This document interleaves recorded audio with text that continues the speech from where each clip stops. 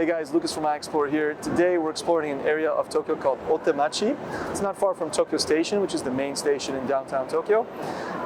We're going to do a long exposure shot of some trains going by, just on a bridge just down the street over there.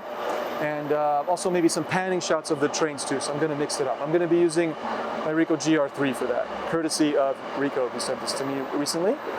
And just a couple quick announcements before we begin. Of course, please remember we do have a Patreon, so if you can support us on there, that'd be great. If you do, you get one of the things you get access to is a map of Tokyo, of all the photo spots that I and Axel put together over the years. It's over 200 spots, maybe even more, like 250 plus spots. And the spot I'm going to show you tonight is one of those on the map. And one last thing I want to mention, that over the summer, Axel and I and a couple other people have been working on this project called Peko Box. It's just basically a subscription box of goodies from Japan, snacks and some other things. The idea being, you know, we can't travel these days, so we're going to bring a little slice of Japan to your door. So there's a link in the description. Check it out. All right, let's go shoot. iExplore. So this area is actually like a really businessy kind of district with lots of skyscrapers and, you know, people, stuff like that, people going to work and all that. And there's not much going on in terms of like nightlife and stuff, but there's a lot of like, you know, kind of like highways right over there, and the trains. There's a lot of crisscrossing parts of the city, and it can make for some pretty cool shots. So I stumbled upon this actually kind of recently, maybe about less than a year ago. I have a feeling this footbridge didn't always exist, or maybe it did, but it got replaced, and it used to be a smaller, crummier bridge. I don't remember what it used to be, but we'll check it out. Just up the stairs here.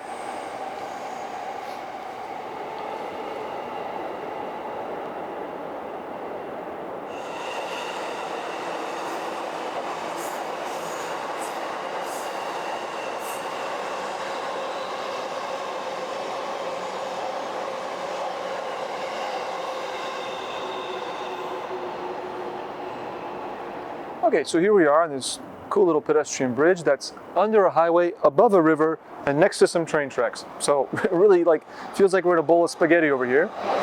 And there we go. So I'm going to shoot this train. Okay, there's a train coming. Now, in terms of settings, I am on 1 second for the shutter speed. I'm using full manual, so I'm on 1 second. F4 and ISO 400. Now that's my initial guess. It might be a little bit off. And also you might notice I'm not using a tripod, partially because Axel appropriated my tripod to shoot the video with, but also because this has a stabilizer and I feel like I can get it up to about 1 second, especially if I'm bracing it on this nice railing over here. And then for autofocus, I'm using actually snap focus, because I don't want to focus every single time. It's a little bit annoying. It's much easier just to use snap, and then the focus is not an issue at all. It just focuses the same way. I have it set to infinity because, you know, that's way more than 5 meters away from us right now, and so many trains. And you know, the infinity zone will easily capture everything here. Okay, nice, a lot of nice shots. Yeah, very cool. Actually, I would say they're a little bit overexposed on the settings that I have, because the highlights are a little bit too bright. The shadows look fine, but the highlights are a little too bright, especially on the trains. So we're gonna make it darker, and I think the way I'm gonna do that is by lowering the ISO. The reason I lowered the ISO is because, as a rule, I don't know if this is the case, I haven't checked it, you know, carefully and tested and stuff, but just as a general rule, you get more dynamic range at lower ISOs. So the lower my ISO is, the easier it's going to be later to bring out the shadows, because I'm kind of underexposing the scene a little bit to get the trains really well exposed. Okay, yeah, there we go. So having said that, I'm actually thinking, to be safe, because I did some on a 1 second, let's do a couple on a half second and f2.8, just because I already got a few of those. I want to make sure that these are sharp. I don't want to trust myself and the IBIS too much. You know, maybe I'm going to mess it up. Okay, and I'm going to change my composition a little bit too. I'm going to shoot it, instead of, I was shooting earlier in that direction, but now I'm going to shoot straight across from you. So I'm going to see the train completely horizontal across the frame, which might look pretty cool.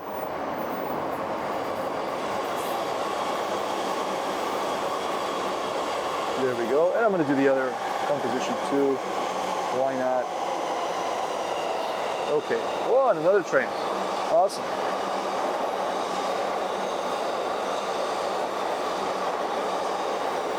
Okay. So many trains all of a sudden. Fantastic. And that looks great. Really good. Exposure is great. A little bit darkish, but like I said, I'm underexposing on purpose to get the highlights on the train really good. And everything is fantastic. And as I thought, a half second was actually enough. I was being overly ambitious with the 1 second. Those are mostly sharp, but like I said, because the train is long, even on a half second, it gives it a nice motion blur. Let me try one more time with this train now. Different color train.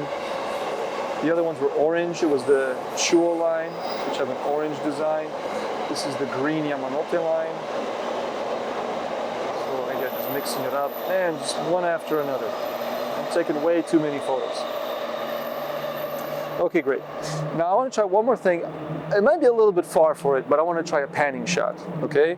So now I'm going to speed things up. I'm not going to do a half a second. I'm going to do a 30th of a second. So let's see, how many stops is that? It's from a half to a quarter to an eighth, quarter, eighth, 15th, 30th. So that's 4 stops, which means I got to raise the ISO to 400, 800, 1600, 3200. So it's going to be quite high ISO, but that's okay.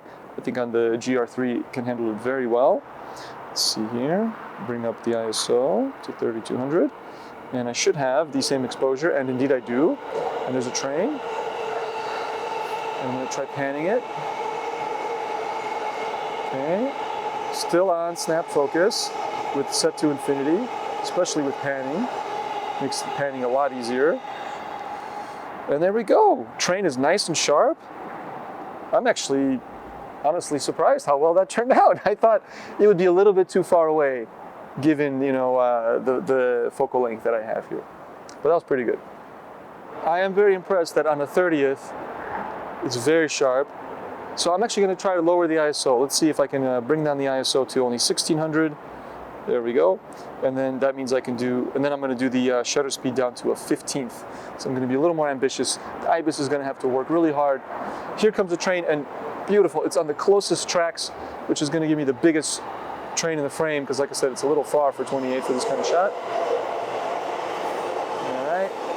And the trick is to try to really match the speed of the train here. See if I can squeeze one more in right at the end there. Ah, didn't really get that last one. A couple more in this direction. Yeah, they're better when they're closer. So that's pretty good though. That's pretty good too. Awesome. Awesome. I'm blown away, actually. I'm honestly blown away. I didn't expect the Ricoh to stabilize that so well. Because of course, when I'm holding it at arm's length and I'm swinging it around like this, there is some skill involved. I mean, I'm trying to match, like I said, match the speed of the train. But also, no matter what, my hands are shaking a little bit. That's just the reality of it. So did a great job of stabilizing it and getting it so that the train is really perfectly tack sharp and the background is nicely blurred. You know, I thought stabilizers, to be really frank, I thought they were going to be kind of overrated. I thought, you know, who needs a stabilizer? I got a D4, it doesn't have a stabilizer. You know, people have been taking photos for decades without in-body stabilization. You know, you have like, you know, my favorite photographers like Saul Leiter and William Eggleston, all these guys, they shot at night sometimes. They didn't have IBIS. And fair enough, you can do it without IBIS, but having it is nice. It's like having air conditioning or something. You can live without it, but once you have it in your house, you don't want to go back to just opening the window and having a fan in the hot summer, right? It's the same thing. I'm really enjoying the fact that this camera has the stabilizer. Really useful for these shots. All right, guys, I hope you found that interesting. I'm pretty happy with what I got so far. I'm actually pretty impressed with how well the Ricoh handled everything. And I hope you found that interesting. I hope you got some ideas for how to shoot these things.